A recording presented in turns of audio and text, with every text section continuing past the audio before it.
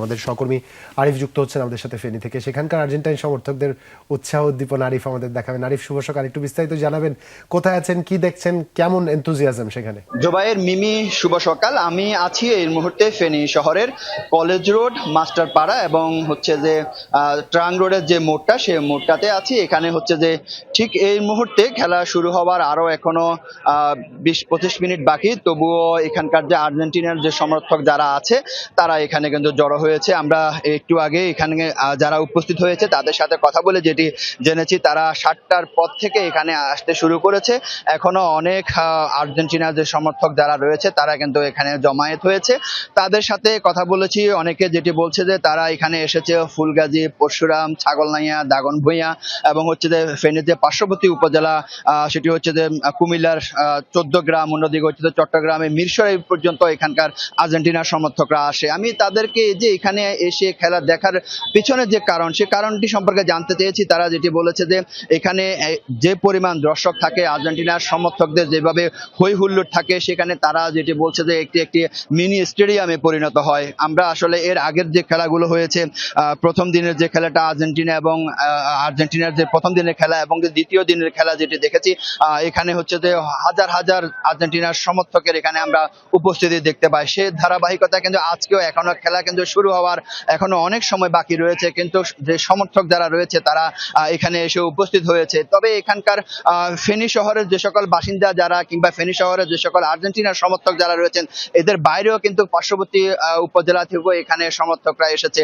আমরা একজন সমর্থকের সাথে কথা বলবো, যে একজন সমর্থককে আমরা দেখতে পাচ্ছি, যেটি হচ্ছে যে আজকে কিন্তু আর্জেন্টিনা এবং জর্ডানের খেলা, তবুও এখানে ব্রাজিলের একটি জার্সি, সেখানে 7 আপ রয়েছে। এই দর্শকের কাছে আসলে জানবো, একজন আপনি কেন এই যে 7 আপ এখানে লাগিয়েছেন? 7 আপ লাগাইছি জার্মানির সাথে 7টা খাইছি ওই জন্য।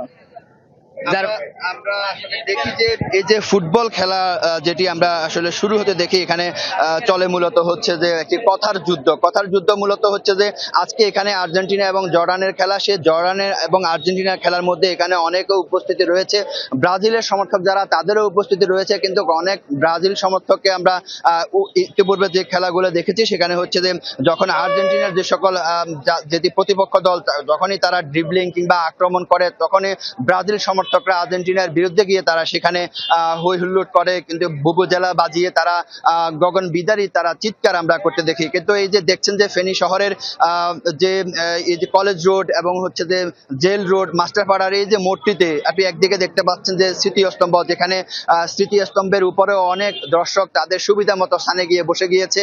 এখানে পেট্রোল পাম্প আছে, পাম্পের উপরে গিয়ে বসে গিয়েছে। এখানে যে সীমানা প্রাচীর আছে, সীমানা প্রাচীরের উপরে উঠে তারা বসে গেছে। তবে এখানে তারা যেটি বলছে যে তাদের ঘরে বসে কিংবা আরামায়েশে খেলা দেখাচ্ছে, এখানে দাঁড়িয়ে দাঁড়িয়ে খেলার মধ্যে অনেক ধরনের তারা আনন্দ পায়।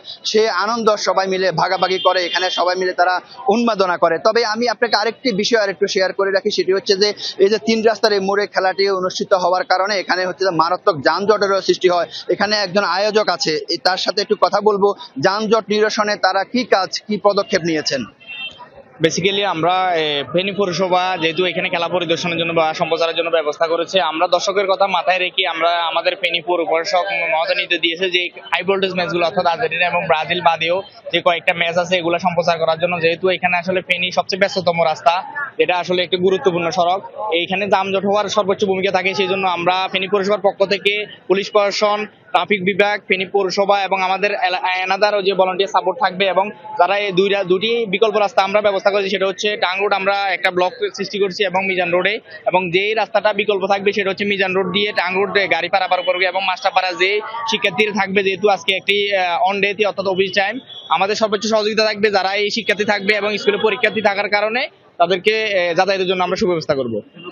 মিমি, জুলহাজ, আপনারা শুনেছেন যে এখানকার যারা আয়োজক তাদের কথা। তবে এখানে যে সকল দর্শক এখানে যারা আছেন, যারা সমর্থক আছে, তাদের মনে কিছুটা এখন হতাশাও কাজ করছে। কারণ হচ্ছে যে তারা ইতিমধ্যে জেনেছে শুরুর যে একাদশে মেসি খেলবেন না, হয়তো শেষের দিকে মেসি খেলবে। এই জন্য তারা কিন্তু অপেক্ষা করবে শেষ পর্যন্ত যে মেসি যতক্ষণ না নামে। তবে আপনাকে আরেকটি তথ্য দিয়ে আমি শেষ করছি, সেটি হচ্ছে যে এই যে আপনি যে মোড়টা দিয়ে দেখছেন, এর আগে যে 2022-এর খেলা, 2018 যে বিশ্বকাপ খেলা অনুষ্ঠিত হয়েছে সেই বিশ্বকাপে যে আর্জেন্টিনা ফুটবল ফেডারেশন তাদের ওয়েবসাইটে যে ছবি প্রকাশ করেছে সে ছবিটি হচ্ছে যে এই মোড়ের যে খেলা হয়েছিল সেই খেলা। তবে ফেনীর এখানকার ছবি। দর্শক এখন অপেক্ষা করছে কখন 8টা বাজবে, সেই কাঙ্ক্ষিত যে খেলা সেই খেলা দেখার অপেক্ষা রয়েছে। জুবাইর। ধন্যবাদ আরিফ।